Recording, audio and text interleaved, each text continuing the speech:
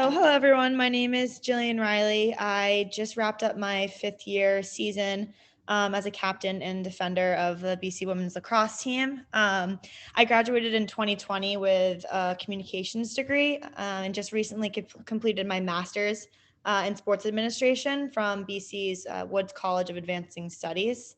While at BC, I was lucky enough to be a part of 4 national championship appearances, which was a really cool experience because I was able to play alongside the best of the best under our head coach, Keisha Walker, and the rest of our rock star coaching staff for 5 years. And then, I was lucky enough to wrap up my career clinching the program's first ever national championship trophy. So truly couldn't have asked for a better end to my career. And I'm excited to see where the program grows from here. But yeah, I'm excited to be on the show. I'm excited to, talk all things women's lacrosse and, yeah, just be more of a presence in the media. And, hopefully we'll start to do some interviews and get some players on here. But yeah, I'm excited to be a part of it. Very cool. So I am David Vick. I am not as athletic as Jillian Reilly or as smart. I did not get into BC. I did apply, but did not get in. Um, so I just love women's lacrosse. I did play lacrosse in high school. Once again, not as good as Jillian Reilly, but I just love women's lacrosse. It's my favorite sport. I fell in love with it watching Boston College play. The first ever women's lacrosse game I saw was when BC made it to the national championship against Maryland at Gillette Stadium. That was the first game I saw, and I was hooked on it ever since.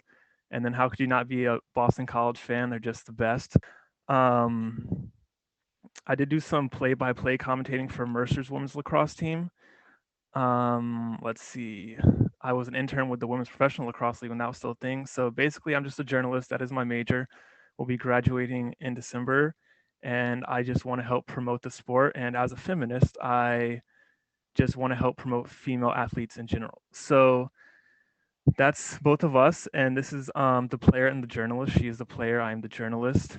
Um, so yeah, we're just gonna get this show going and learn as we go, and hopefully get a lot of people to listen to it. So we're going to start off with a recap of last season. And I guess the first thing I'll start off with in terms of the recap, I think it's important to start at the beginning of the season with North Carolina. I mean, obviously, last season seemed to mostly be about the ACC. The Big Ten wasn't as good as it has been in years past. Maryland wasn't Maryland. But UNC was ranked number one the entire season up until the last IWLCA rankings came out when Boston College took over the top spot after they won the national championship. So I would just like to get your thoughts on North Carolina. Obviously, you played them. They were number one the whole season, like I said, and they were definitely the favorites.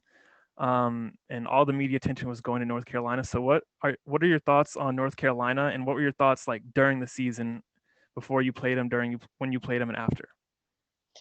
Yeah, I mean, UNC has always been a big rival for us. And, I think they have a good team every year. They bring in top recruits every year. And I think they always have so many different threats and so much depth. And I think that's what makes them, hard to beat. Um, but yeah, I mean, I think, they have a lot of top players, Jamie Ortega, obviously, and Katie Hogue returning. So they had a good mix of experience as well as, newcomers. So coming in as ranked number one, I think they sort of had a target on their back. But I think they have an awesome coaching staff with Jenny Levy, and they were a force to be reckoned with from day one. And when the preseason rankings came out, but I think, yeah, I think they brought in a lot of talent, and a lot of skill. So I think, you know, they set the bar high for the ACC, and there's a lot of competition, and everyone wanted to beat them just because they were number one. So I think heading into this season, we were focused on ourselves, but I think that was sort of always a lingering thought in the back of our head was, our first ACC game was going to be against UNC. So I think we took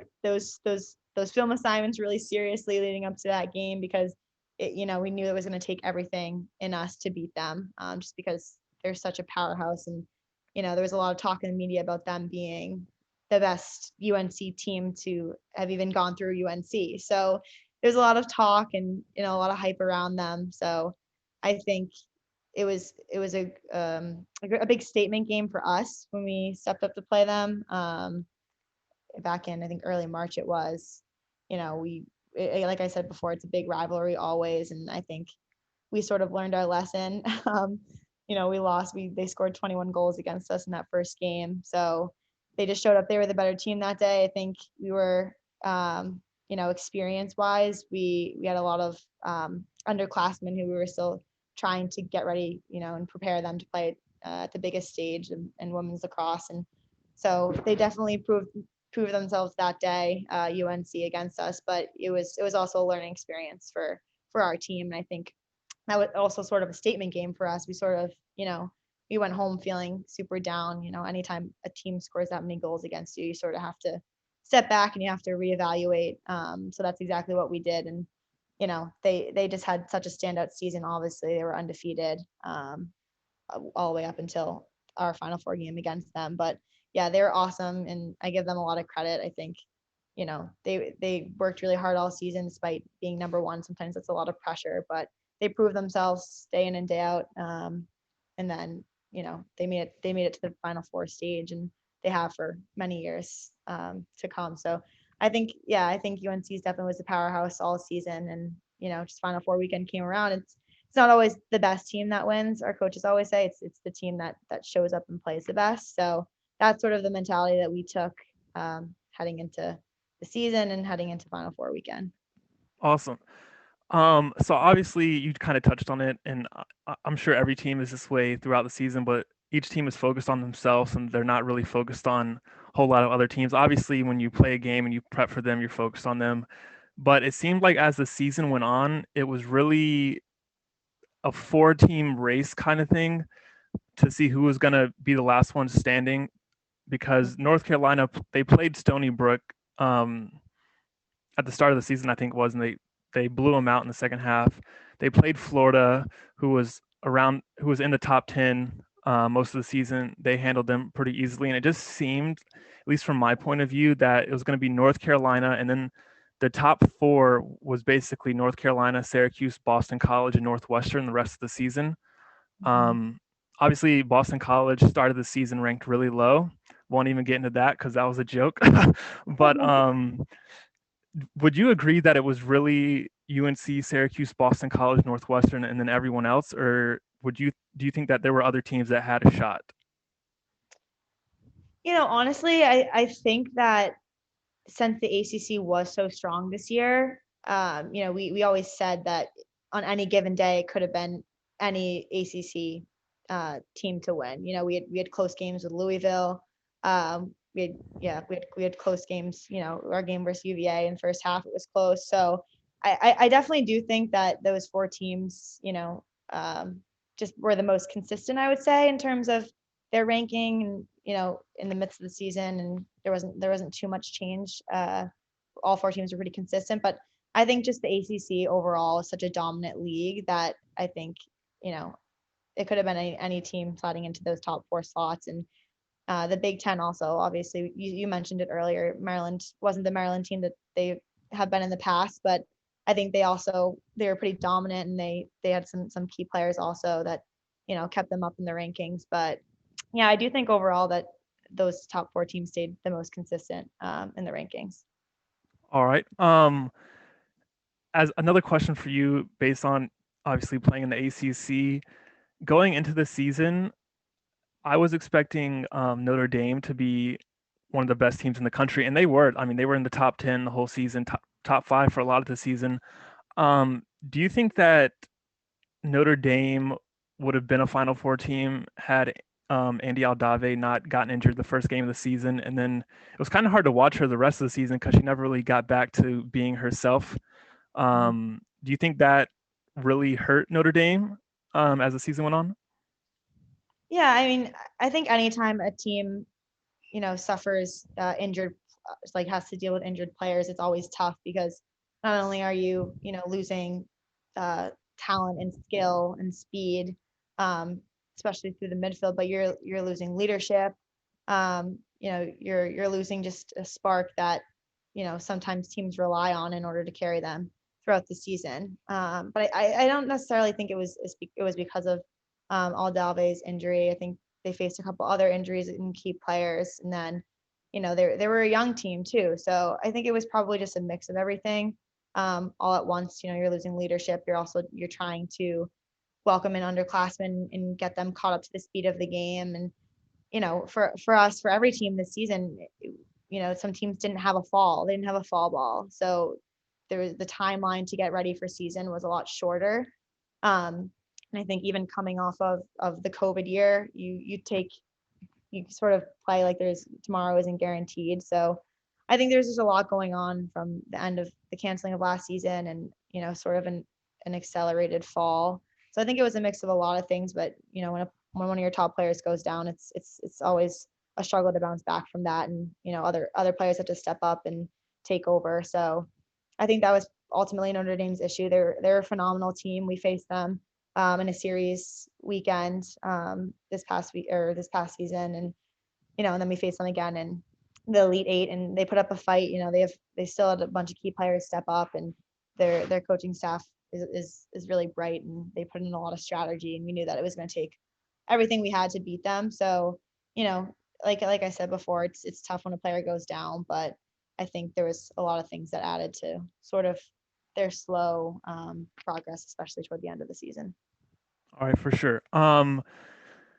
Fast forwarding to the Final Four now. We'll get to the BC North Carolina game in a second, but Mhm. if we can start with Syracuse Northwestern, that game was very interesting. Obviously, even on the broadcast, when they were talking about this during both of the Final Four games, they were like North Carolina and Northwestern. We might finally get to see them play in the championship game. We wanted to see them play all season. They've been 1-2, but Syracuse was having none of that, and they really they really handled Northwestern. Like obviously Northwestern got it within a few goals at one point, but it was really never that close of a game. Were you surprised at how Syracuse played Northwestern and how they were able to beat them? You know, I wasn't. I think that just first from the Northwestern perspective, I think coming into the Final Four, having only played in conference games, I think there was a lot of talk about that. And I'm not one to say that that was the reason they lost it. It just the competitive atmosphere of the Final Four and only playing teams within the Big Ten, you get to the biggest stage in women's lacrosse, and obviously teams are pulling out all the stops, and everyone's playing with a little extra heart.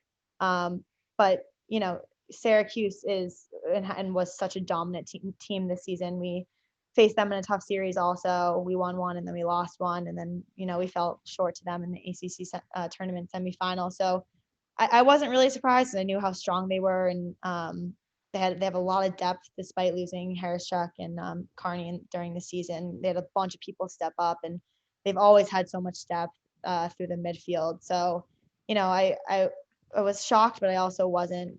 Once a team like Syracuse scores a few goals and starts to spread the lead, I think it's near impossible to come back against a team like that. So I was surprised, but I wasn't surprised also once they got ahead a few goals. I think Northwestern sort of just crumbled and they were able to run away with it. Hmm. So you kind of just mentioned it when with your last sentence there about how they crumbled. I don't know. Obviously, you're a player, so you could kind of speak to this more than I can. It felt like I don't want to say the moment was too big for them, but just watching them, they had so many unforced turnovers and just bad passes. And obviously, Syracuse played a great game, not taking anything away from them. But Northwestern, they just had so many turnovers that you're like, you cannot have that turnover in this kind of game. Mm-hmm. Do you think that the moment was too big for them, or they just weren't as good as everyone thought they were? How do you attribute their performance in that game? Yeah, so I think just coming off of my experience playing in, three national championships, I think being out on that field and playing on the big stage, nerves are most definitely a factor. And I think, it just sort of showed in their play that the nerves might have been taking over a little bit too much. And especially when you're trying to crawl back from such a large lead, it's sort of hard to just mentally tackle that. If you don't have the pieces to the puzzle that you're missing and you can't quite figure out the other team's game plan. As a defender too, right? It's tough to just take shot after shot and goal after goal and keep your confidence up and come together as a team and stay confident as a unit.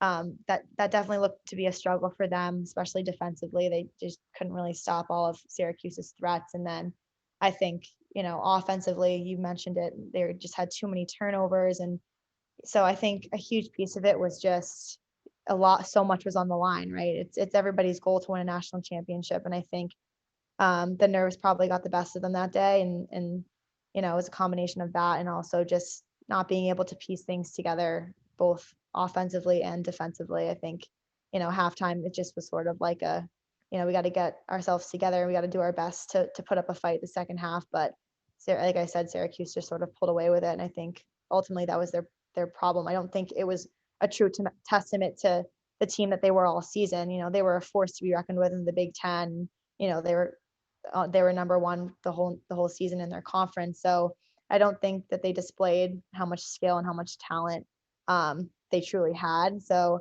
I think it was just the Final Four stage. I think players were playing a little bit more timid, and facing a team who they hadn't faced all season is also intimidating. So I think it was a mix of a bunch of different things, but just from my experience, I know that your mindset and the mentality that you have heading into the game is more than 50% of how much it affects how much you play. So I think that was probably Northwestern's problem heading into that game, and just they sort of were just trying to survive it in a sense.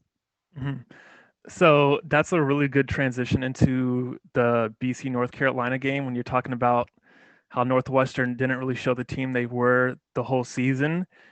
Mhm. As a fan, like just as a fan for the BC North Carolina game, I felt like going into the game, the recipe to beat North Carolina was Rachel Hall having the game of her life.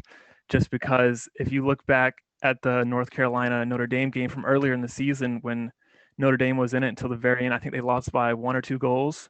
Bridget Dehan was just playing out of her mind, just stopping everything, and she really kept them in the game, even when they were on defense a ton. And so I felt like going into the semifinal game, if Rachel Hall could have the game of her life with all the weapons that North Carolina has, that BC was going to have a chance to win. And obviously, she just played out of her mind, made some incredible saves. From your point of view and from your team's point of view, was there like one thing that you went into the North Carolina game saying, if we do this, we'll give ourselves a chance to win? Um, I don't think it was one thing. I think each player probably had, one particular focus to sort of simplify things for them. But overall, as a team, our mentality was just to play 60 minutes of lacrosse. And, I think, like I said before, when you step up and you play a team like North Carolina, you have to simplify things and you have to just stick to the game plan, and everybody has to do their job because they are so talented and because they have so many threats. So our main focus was just to play 60 minutes of lacrosse and to play with each other alongside of each other. And you play with a little extra heart when you're out there in the semifinal of the national championship weekend. Just looking up and seeing all of our alumni in in the stands, and all of our family and friends who had traveled so far. It's a little bit of that. It's a little bit of adrenaline. But no, there wasn't one thing that we were focused on doing. It was sort of, just putting together a full 60-minute game and sticking to the game plan. Mhm. How would you describe Rachel Hall's performance? Obviously, it wasn't just a semifinal. She was great against Syracuse as well in the championship game. Obviously, you're on the field with her. You know like when the breakdowns are going on and stuff. How would you describe her performance in those 2 games? Her being able to get save after save against, Jamie Ortega, Katie Hogue.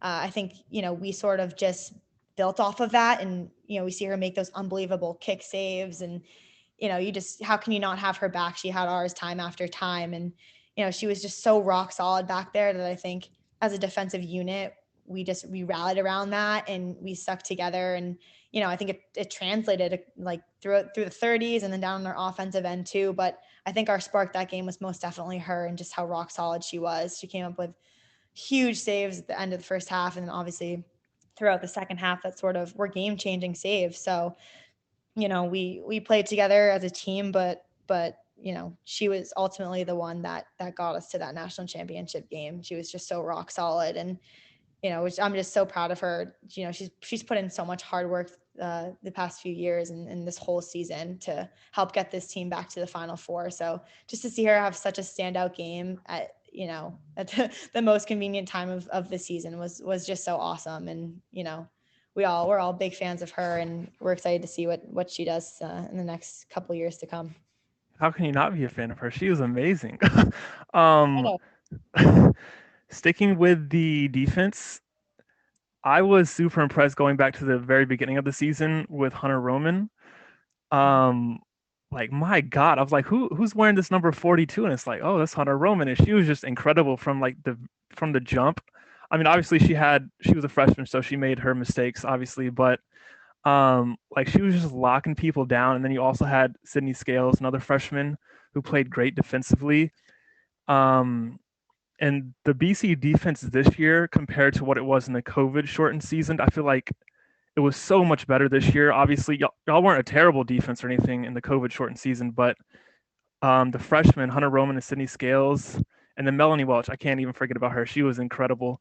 Um, how would you describe the defense for this season and being able to win a championship? Was the defense the difference this season compared to the three previous national championship games? That's a good question. I think that our defensive unit, we bringing Sydney and Hunter in, during preseason from a very early point, they were just super athletic, and as a that's a super important quality to have as a defender, is just your athleticism. And there's a lot, in addition to athleticism, there's a lot of X's and O's that you have to learn defensively in order to fit into the unit and be able to execute. I think overall, we said it, looking back on the season, we were just sort of progressing a little bit each game, and I think we were following this slow sort of uphill progression of, we're getting better, we're learning from our mistakes, we're talking to each other, we're building chemistry as a unit.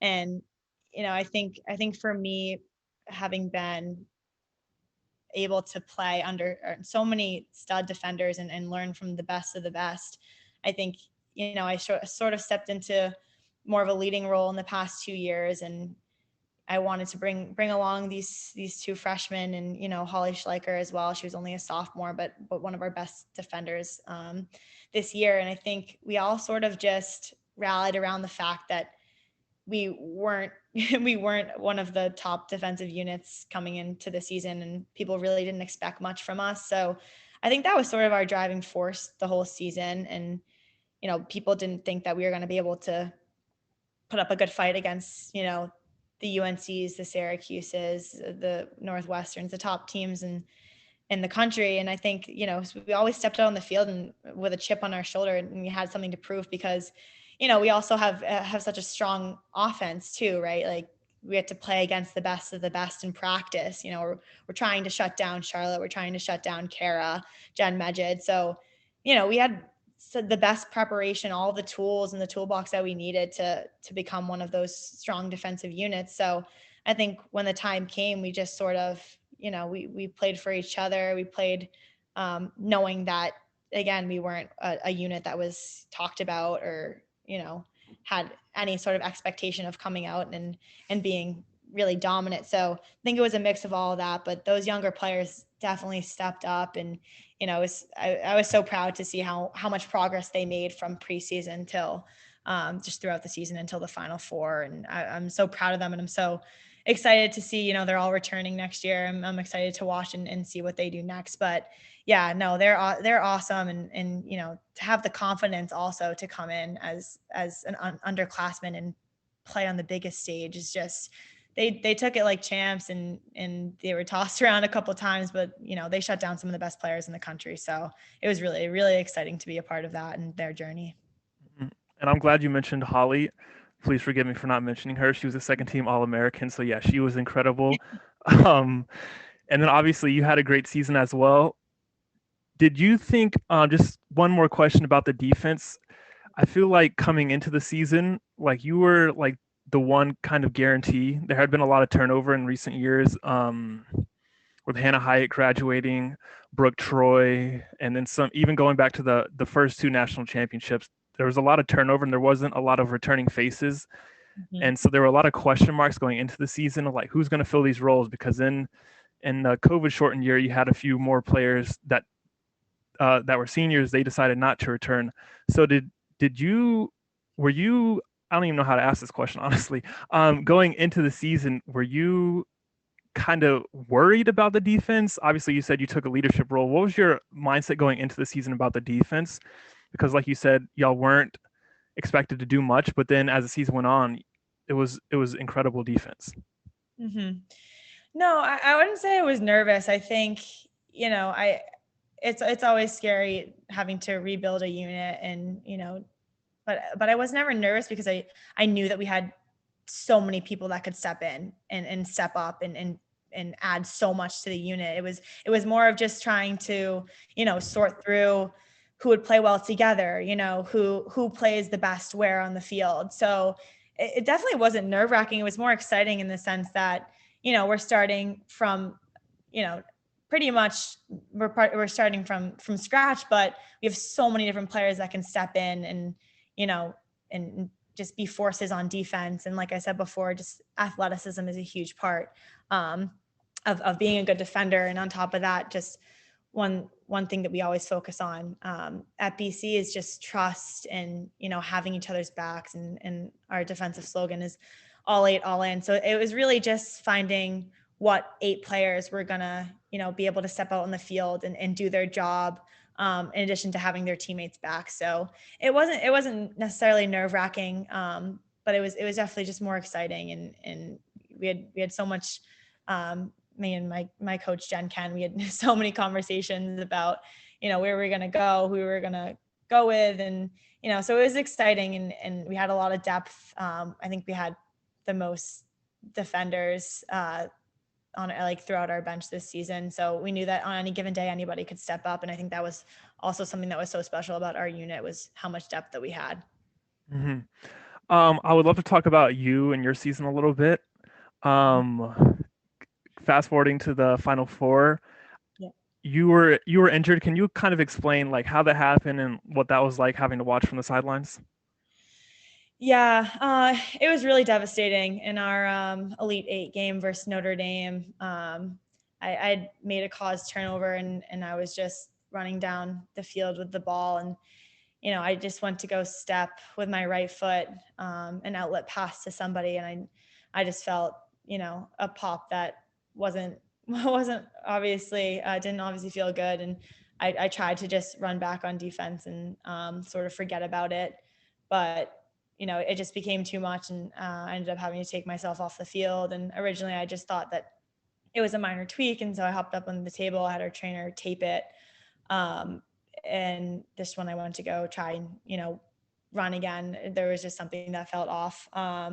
So I wasn't worried at all. I knew that my team was going to be able to get it done, and but it definitely was heartbreaking having to watch the rest of that game from the sideline. But soon come to find out that it was a little bit more serious than I had originally thought. So being sidelined for the Final Four was definitely devastating, and obviously not how I intended to finish out my career. But there was never any doubt in my mind that my teammates weren't going to get it done, and we had put in so much work, and I'd worked with all the defenders all season long, so I was confident that they were going to be able to get it done, and they did. So as devastating as it was, we reached our ultimate goal, and that feeling, is just indescribable. And so it sort of outweighed the pain from the injury, being able to clinch that trophy. So as sad as it was also one of the happiest weekends of my life. So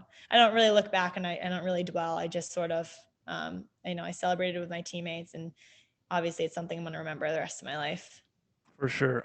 Um, do you know what exactly the injury was? Yeah, so it was basically just a stress fracture type thing. I never really got never really wanted to get an MRI just because we were so late in the season, and Hmm. the news wasn't really gonna make any difference for me. Um, but yeah, it was pretty much, it was just a strain, but it was a pretty bad one. And I was in a boot. I was on crutches for a while, actually. For my graduation, I was crutching across the stage, and then, I was put in a boot, and I did my best to, ice, elevate, do everything that I possibly could to, better my chances of getting out there. But at the end of the day, I wasn't 100%, and I wasn't going to put my team in that position, you know, stepping out on the biggest stage of the year. So yeah, that was ultimately what it was, but it was a lot worse than I had thought it was going to be. All right. Could you talk?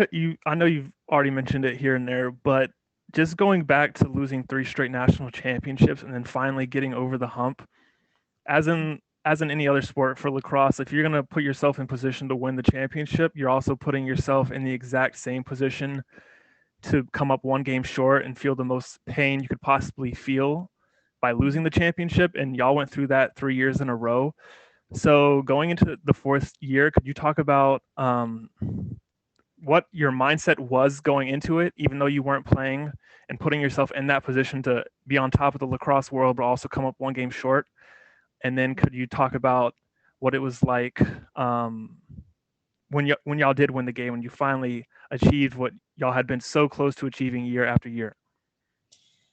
Yeah, I mean, you know, falling short 3 years in a row, I think, you know, the heartbreak was so much. And from our coaching staff to the players to the alum, I think, you pour your heart and soul into every season to get to that stage. And falling short 3 years in a row was super tough. And but I think it obviously fueled our fire heading into this season and this Final Four. But the mindset heading into this game and this weekend, there wasn't really much thought. You try to block out the previous years, because each year when you make it to that stage again, you're coming with a new team and a new perspective. And so I think heading into this year, and we tried to simplify things. That was our biggest thing this year, because we knew how important every minute of each game was going to be. And so, Friday night we stepped out, and our job was to beat UNC, and it was, to play 60 minutes of lacrosse. We weren't thinking about years past. We weren't, giving into what was being said on the media or the rankings or anything like that. We focused on each other, and we focused on lacrosse, because like I said before, our coaches said to us, it's not always the best team that wins. It's the team that shows up and plays the best that day. So I think that obviously losing 3 times in a row, that heartbreak fueled deep down inside, the heart that we were playing and what we were playing for this time around. But again, it was simplifying things for us. And I think, after beating UNC, Acacia looked at us, and she said, this is awesome. Like, we just beat UNC, but like, who cares, you guys? Like, who cares if we beat UNC if we don't come out and we don't beat Syracuse? Because we've seen it in years past. Like, we make it to the national championship stage, and we fall short. So our semifinal win means nothing, because we didn't accomplish what we came to accomplish. So I think heading into the national championship game, like I said, we focused on each other, and we focused on the game plan, and everybody, dialed into what their job was. And it was awesome having our fans travel with us, but we try not to even look up in the stands, because it was a fairly big crowd. So I think just staying in the moment, and recognizing how precious each play, each possession is. I think that was what carried us, to the end, and through that game. And when I was actually lucky enough, I was put out on the field the final couple minutes of the game, and we were sort of in our hold ball scenario, because we were up by a couple. We just they pulled their goalie, and they had an extra man on the field. They were just trying to get the ball back. And I think, that moment, just being able to be out on the field, after 3 years of falling short and watching the clock wind down, and you just sit there and you're like, oh my gosh, like, we finally did it. So I think just when that final whistle blew, it was so much, there's so much joy and so much excitement. And, I just immediately broke down and started sobbing. And, I was able to celebrate with all of my teammates, and seeing the look on all my teammates' faces, and our coaches' faces. It was just such an amazing moment. And then being able to, grab that trophy and run it over to the sideline to all of our alumni, because we truly could not have gotten there again if it hadn't been for the girls who had came before us. And they built this program into what it is today. And I think it was just such a special moment, because after so much heartbreak, I think we finally can say that we're national championships champions. And it was just so fun to be able to share that with everybody, and finally say that we did it. So yeah, it was truly awesome, and something, a moment that I'm never going to forget. So I definitely want to continue to talk about like the celebration afterwards and what you were saying about the people who came before you and kind of laid the foundation. Mhm. Just going back to the mindset, Yep. you see it a lot in other sports when teams make it to the championship game the next year. They might be terrible, but they might not be terrible, but usually they don't make it back to a championship game after losing. And I feel like so much good should be said about the program as a whole for year after year to be able to pick yourself back up and get to the national championship game. Even if you hadn't made it to 3 straight national championships, the team was great every single season. And that's obviously the sign of a great program, not just a great team. But to pick yourself up year after year was incredible. And I would just love your perspective on like how long did it take you after those losses to like pick yourself back up and get going for the next season, or was there any type of hangover when fall practices or fall workouts would start? Not really. I think obviously the couple weeks after each national championship were the toughest, because not only like are you suffering the heartbreak, but you're no longer alongside your teammates and coaches, and you're not playing, you're not practicing every day. So things definitely start to slow down. So you have more time to just sort of let things resonate. And obviously you can't ignore the media and everything that's being posted. That you lost again. So, but, I think for me, it was, I gave myself a couple of weeks to let things, sort of set in and play out. And I let myself feel all the emotions. But, come July, when we come back together and we get talking with our trainers again, and they send out the workout packet, that was sort of when I just shut things off. And I was like, all right, hey, like it's time to get back on the horse. And this time you're just going to be working that much harder, and you have, you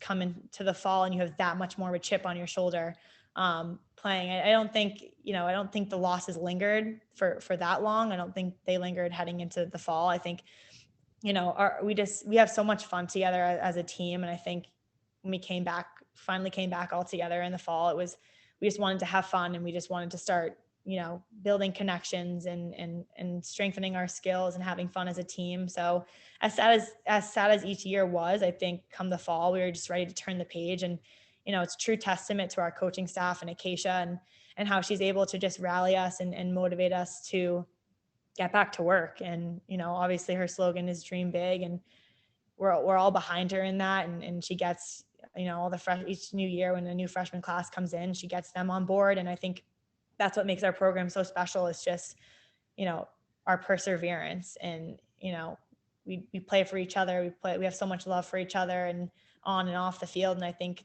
that's why we've been so successful in the past. It's not, you don't dwell on each year. You see each year as a new opportunity to be successful. And I think that was sort of what carried us to, especially through this year. I think coming off the COVID year, everybody was heartbroken from that. So I think for me and Kara in particular, suffering 3 losses and then having the heartbreak of our senior year coming to a close, this season everybody showed up, and they were playing with a little extra heart and a little bit just a larger love for the sport of lacrosse. So I think that was also part of our recipe for success this year, was just loving the game and never taking each day for granted. I think, being able to step out there and hold your stick and have fun with your teammates was something that we were looking forward to, and definitely pulled us through and got us back to the Final Four. But yeah, it was definitely such a fun journey, and I wouldn't change any of it. That's awesome. Please forgive me. Please don't hate me, I should say, for bringing up those losses. I just wanted to get your perspective on them, just because it was just so inspiring for me to see each team come back year after year, and that was just super inspiring. I remember after y'all lost to Maryland at Johns Hopkins, I messaged Lauren Daly and I was like, keep your head up, all this stuff. And that was just like me as a fan. And I was like, and then we Yeah. exchanged some messages and I was like, it's super inspiring to see what y'all have done and the impact y'all have had. And so I feel like in a way, the story of BC lacrosse is even better than what it would have been if not for those three losses, because Mhm. y'all just came back year after year. And like I said, that's just so inspiring and so commendable in so many different ways. So that's why I just wanted to bring that up and get your perspective on that.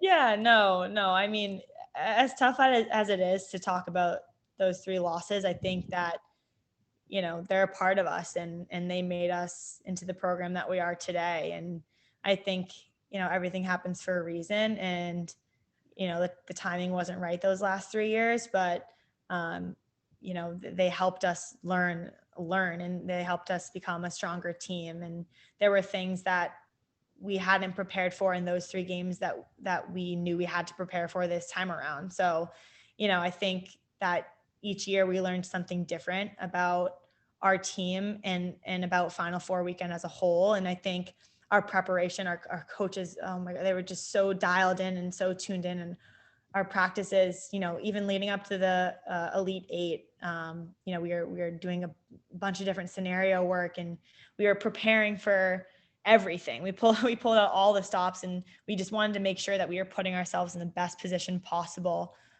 in order to get over that hump, and in order to finally win that national championship game. I think each year that we lost, we took something from that, and we just carried it into the next couple of years. And I think that that's something that makes us special. So as tough as it is to talk about, it's something that's a part of us, and it only made us stronger. So Mhm. So now for like the more, the happy stuff. yeah. Going uh going forward, so you win the national championship game, and then after the game, there's so much emotion. And obviously, I think what jumped out to a lot of people watching was Kara Urbank. Watching her for 4 years, she's like the tough person. I always tell people, you don't want to mess with Kara Urbank now because she's gonna get you. So, and then after the game, just to like see her, she just broke down, and to see someone like that who's just like a tough person, at least on the field, that's the persona, and then to see her like show all that emotion after the game, that was just, I don't want to say surreal, but it was just crazy to see, and it showed everyone how much it meant to finally win the big game. Could you talk about like what it was like, not just seeing her, but what it was like feeling all the emotion you felt, and like seeing everyone else feel that emotion, because you can finally kind of let your guard down in a way because you finally won the game. hmm No, most definitely. I mean, Kara has, she has worked so hard ever since she stepped foot on campus her freshman year. She's a hard worker. She's determined. She's battled a couple injuries throughout her career. Um, but she's tough, man. And she has been a leader for this team also, for so many years. So I think, I think for her and I in particular, we had to watch, each senior class, walk away from their careers falling short of their goal. And I think each year that happened was devastating. And we sort of stepped into this Final Four weekend, and we didn't want that to be us. So, because we knew how hard it was for them to have to handle that sort of end to their career after working so hard for 4 years.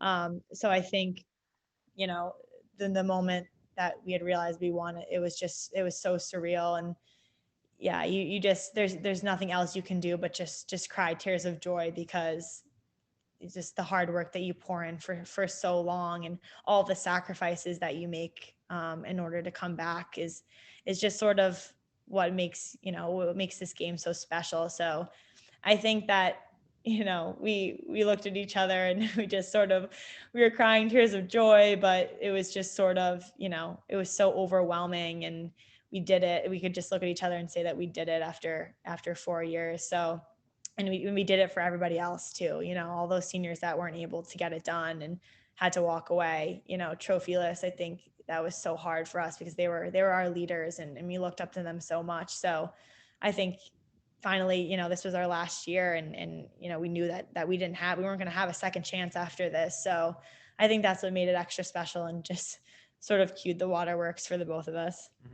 Hey, the waterworks create good TV, so it's all good. Um, is that moment, is that something that's more important than winning the national championship game? And almost just because like it's such a pure moment, and like I don't know how to describe it other than it's such a pure moment. Right, you And can't, you really can't. right. You can't even put it into words, really. But pure is a good way to describe it. So would you say that's definitely a moment you're going to remember the rest of your life, no matter what? Oh, without a doubt, without a doubt. I mean, Kara and I, or Kara gave a pregame speech when we were in the hotel, and she was talking about how, you pick up the stick at a young age, and you enjoy the game, but you look back on how many like years you've put into bettering yourself, and I think, it's that Mia Hamm quote that you play for that little girl who picked up a stick one day, and it's everybody's ultimate goal to win a national championship. So I think I think there was just a lot that we were grateful for. We had so much support this season, but in all the following seasons, we always had so much support, and from our alumni to our family and our friends, and particularly our administration throughout the COVID year, because there was so much stop and go, and there were so many battles that we had to, sort of fight through as a team. So I think that also sort of added to what made that moment so special, was just how challenging the season was with COVID, and being COVID tested, and having to make a lot of sacrifices in order to keep the team and our coaches safe. I think, as captains, it's hard to sort of keep everybody going, during COVID, and motivated. And so I think just, yeah, it just made that moment extra special, knowing how much we had battled through together as a team on and off the field this past year. So to finally say that we're national champions, excuse me, after such a hard year, also made that moment so special. For sure. How I don't know how meaningful the interview was to the players, but did you see your coach's interview after the game when she's talking and she's like, everyone a part of this program won a national championship today? And if you and like I'm not sure how long it took you to see that, but what are your thoughts on that interview and specifically that one quote? Because I feel like it could not be any more true. Mm-hmm. No, yeah, I saw that interview. I most definitely cried watching it. Acacia's just so good with her words, but yeah, no, she's so right. I think that, you know our team won a national championship, but so did everybody who's been along our journey with us, from our alumni, again, to our parents and our administration. Everybody was a national champion that day, because we would not have gone to that stage if it weren't for everybody who came before us. So I think she's most definitely right, and we were so excited to run the trophy over and share it with everybody, and we didn't even want to hold on to it. We wanted to. I remember I was holding the trophy, and I just held it up above my head in front of all the fans, and our alumni, and I think I passed it off to like Covey Stanwyck, who I never even played with, but Mm-hmm. she was such a stud when she was here, playing for BC. She was one of the top attackers that to ever come through the program. So I mean, there's so many people that we wanted to give the trophy to, but yeah, I think you know everybody who has come through this program and has supported us was a national champion also. Yeah, that was definitely a super cool scene afterwards, and even like just getting on Instagram during the game and seeing all the alums posting on their stories that they're at the game and stuff. It's like just super cool. Yeah. And then what was it? It was oh my gosh. Okay, I completely just lost my train of thought. That's a little awkward. Okay. Um Like, um awesome. That was so cool. yeah, it was just a super cool scene. And then could you talk about what it was like afterwards? I think y'all went to a restaurant, and obviously it was just looked like a crazy time. So Yeah, it was crazy. But yeah, no, we just, we went out after, but we finally got to see our parents and see our friends and everybody who made the trip down to Towson, because throughout the season we weren't able to, celebrate with our families after wins, and go see our friends and celebrate with them. Yeah, so we just sort of all met up after, and again sort of just let it all sink in, and celebrate with each other, and just like there was so much, like, I guess there's just so many different challenges throughout the year. So just to sort of let loose and be with our friends and family with the trophy, and celebrate, the success, was just so awesome. And moments I'm never gonna forget. Wish I could relive. I'm sure you have some good images and videos from that celebration. Yeah, too many. Um, Also, I just want to say that I think it's super cool about the neon yellow shirts. I feel like that really separates the BC fans, and it obviously makes them very noticeable for one. But I feel like that's just a super cool thing. I'm not sure when that got started exactly, but just as a fan, it's just super cool to see that every year. Yeah, that's all Acacia. That's all Acacia's doing. I mean, it's just sort of the staple that she started, and I also love it. I think it makes our fan section pop, and it's just everybody's rocking the neon shirts nowadays, and it just sort of, we love our maroon and gold. We love our uniforms. We would never want to change that, but I think it's just something special to BC lacrosse, and our fan base to be sporting the neon at all of our games. I think it's something that's really special. Absolutely. I still have yet to get my hands on one of those shirts, but the day I do is going to be a very exciting day. I got you. I'll hook you up with one. Oh, appreciate it. So do you have any final thoughts you want to share about winning the national championship before we go to the biggest surprise of the season? Yeah, sure. I mean, I think it's just, it was a long time coming. It was a really fun journey. I think it's a really cool story, and I hope that it inspires, young athletes to chase their dreams, and to never give up, because it doesn't necessarily matter how many times you fall down. It matters how many times you get back up, and I think that's sort of something that our team proved to be true. So I think it's just awesome, and I hope that people continue to follow along with our team, and our team's journey, because it was a long time coming, but I also think that we're just getting started as a program. So I'm also excited to just join the alumni network, and cheer from the sideline. But definitely, I wouldn't change anything about my experience, and it was truly awesome to say that I played for BC lacrosse, and it's such an awesome program to be a part of. Very cool, very cool. So going on to our final segment of the show, the biggest surprise of the season. So I have two teams. I want to let you start though, just to see what you have. Obviously, the biggest surprise for me would not be Boston College winning. I think maybe the bigger surprise would be Boston College being ranked 17th. I think it was to start of the season. I don't know what was going on with that. That was crazy. But Yeah. and I also, sticking with that for one second, I saw that it might have been the same day y'all won the national championship, but Rachel Hall posted a screenshot of those rankings on her Instagram story with like haha, and I was like, that is just gold right there. Yeah.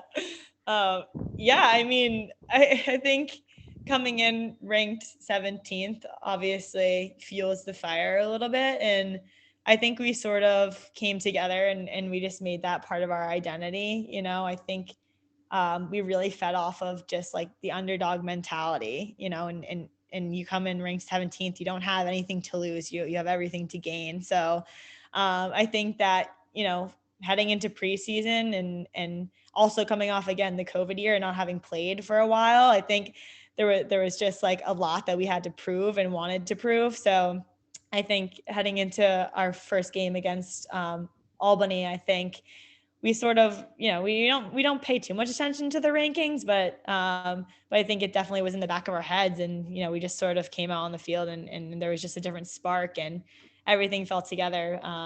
And obviously, we wanted to win, but we took it game by game. But yeah, coming in ranked 17th, there wasn't a lot of people who were thinking we were going to make it back to the Final Four. So it definitely was, it fueled us and motivated us to just get better each day. Yeah, and going into that first game of the season, y'all put everyone on notice, all those crazy voters, talking to all the D1 coaches out there. Um, so anyways, what is your biggest surprise, or what was your biggest surprise of the 2021 season? I mean, that's a good question, just because I think there was so much. But the biggest surprise, I mean, I think it was honestly just, everyone, obviously our team making it so far, and finally saying we're national champions. This was a big surprise. But I guess it was also, I mean, not necessarily the biggest surprise, but there are other teams that sort of started to make a name for themselves in their leagues, like Jacksonville and Drexel. And I think it was cool when the selection show was on, seeing, some new faces and some new teams there. Because I think, like I said before, I think a lot of people just started to, or a lot of teams, excuse me, started to, you know, have more standout players. And again, like, there are more people stepping up, and there was just so much good lacrosse. And I think on any given day, it could have been anybody's game. I think, I guess, in terms of the biggest surprise, everybody sort of just thought that UNC was going to win. And, they're being called America's team. And they had so many different weapons, obviously, with like Kerrigan Miller transferring, and Taylor Marino and Jamie Ortega being Touraton finalists. They had, I mean, they had it all. So I guess, obviously our team winning, but I think the next biggest surprise was just them not winning, because I think there was just so much talk for so long that they were going to do it. And, most people just like sort of, put money on them to win it all. So I think that was probably just the next biggest surprise, was them just falling short. But yeah, I mean, I'm not biased or anything at all, but I think I just have Of course to be not. along, be alongside you with just our team being able to get it done. Very cool, very cool. So I agree with you. You actually mentioned one of the teams I was going to say, Drexel. They had the Mhm. most wins in program history. They had two All-Americans, which for a team out of the CAA, not named James Madison, to have two All-Americans is a super big deal. And both of their All-Americans, Carson Harris and Colleen Grady, are coming back next season, which is going to be super exciting for them. And I think that'll be great for the sport of lacrosse. Just like you said, this year there was so much great lacrosse. Next season, I feel like it's going to be just as good. Well, at least I hope it'll be just as good. Um, and so for a team like Drexel to have the season they had, they also have a superstar freshman, Corinne Bednarik. Hopefully, I did not butcher that name. I love watching her play. She is amazing. Yeah. So Drexel, they were a great surprise. And then in another episode, we're gonna have to talk about their head coach deciding to leave, because I got something to say about that one now. Yeah. We could spend a whole episode talking about that for sure. Yeah. And then I would also say Rutgers. They were super exciting to watch all season long. Melissa Lehman, their head Yep. coach. It was basically her first full season because of the COVID shortened year, Yep. or was it her first or second? One or the other. Anyway, she's pretty new on the job. So, Yep. and I don't know, it was just something about them. And the Big Ten was super crowded with a bunch of good teams that were just beating up on each other, and they just seemed to me at least, to stand out. They played a very fun style of lacrosse, and they were just very fun to watch. They actually won a tournament game. They beat Drexel in the first round. So, and they also have a young team. So I'm super excited to watch them next season based on what they did this season. They finished 14th in the final poll. Drexel was 15th. And also, since I am a little nerdy, I have to throw this stat out there. They did they did not win any conference games in 2019, and they only won a single game in conference in 2018. This year in conference, obviously it was conference only schedule, so they had more chances. But they went 5-7 in conference, and like I said, they're in the Big Ten, so that's a big jump. And so I just feel like that program has a lot of momentum right now. It's going to Mhm. be tough to continue it, obviously, because you have Michigan. Johns Hopkins is coming off a really good year. Penn State is always going to be ranked, and then Maryland is always going to be Maryland. Mhm. so, Yep. so yeah, those are the two teams that were the biggest surprises for me this past season. Yeah. No, definitely. I'd have to agree. I think, when you get the right mix of leadership along with new talent, there's just a different type of energy. And I think that these teams, they're able to figure that out this season. And when you're facing, especially in the Big Ten and the ACC, when you're facing top teams every day, you're only going to become a stronger stronger team because of it. So I think that had a lot to do. It was just the whole season. It was just iron sharpening iron. I'd like to say, and then I think especially in the Big Ten, it allowed for those teams like Rutgers to be able to step up and make more of a name for themselves. For sure, for sure. And also, I would I would just like to say this because I know you can't say it. Well, you can say it just not unbiasedly. Or is that a word, unbiasedly? Anyways, um, the ACC was just the ACC was just an amazing conference this past season, and they really had all the big storylines. And honestly, I think going into next season, it's going to be a lot of the same because you have Charlotte North coming back. I don't know how we made it this far into the show with just not mentioning her name, but it's all good. She gets enough press. So, you have Charlotte North coming back. You have a ton of players coming back for North Carolina: Jamie Ortega, Taylor Marino, Scotty Rose Growney, and honestly, little bit of a preview for maybe another episode. But I feel like North Carolina has taken the place of Boston College in the fact that they haven't been able to get over the hump, and their hump, quite honestly, has been Boston College. Um, so I feel like even going into next season, all the focus is going to be on the ACC again, and hopefully the Big Ten can make some things happen. Some teams will step up and kind of elevate themselves because it's good when you have parity, obviously. But I feel like right now it's the ACC, and then there's everybody else.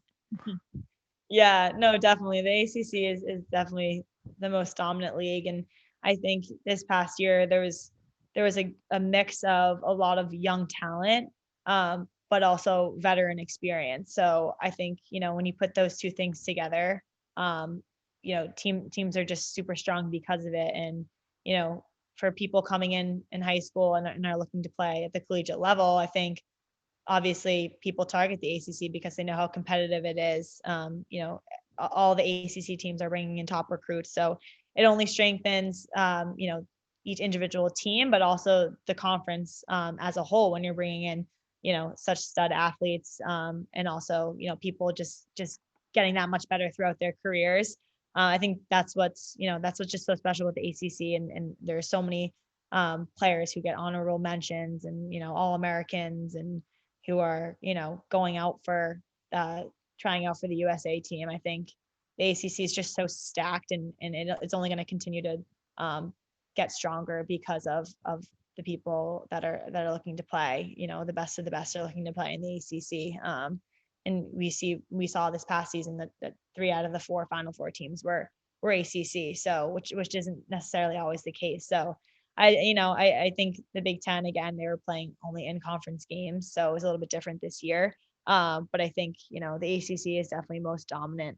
And as a player, I think I can say that it was so fun to play within the ACC and play against some of those top teams.